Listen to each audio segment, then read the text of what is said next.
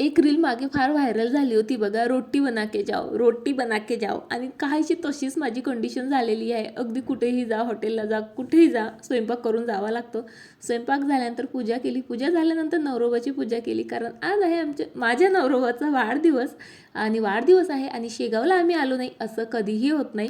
आणि आज न स्वतः गजरेवाल्याला थांबवून माझ्यासाठी मी न सांगता गजरा घेऊन माझ्या नवरोबांनी मला सुखद धक्का दिला.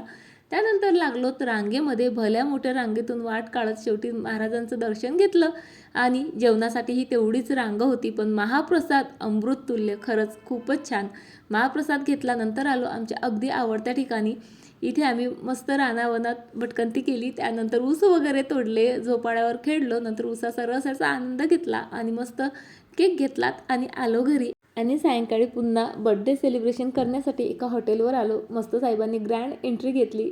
त्यानंतर केक कट केला आणि छान असं एन्जॉयही केलं. आणि कॅमेरामॅनलाही या लोकांनी सोडलं नाही बघा. चला बाय.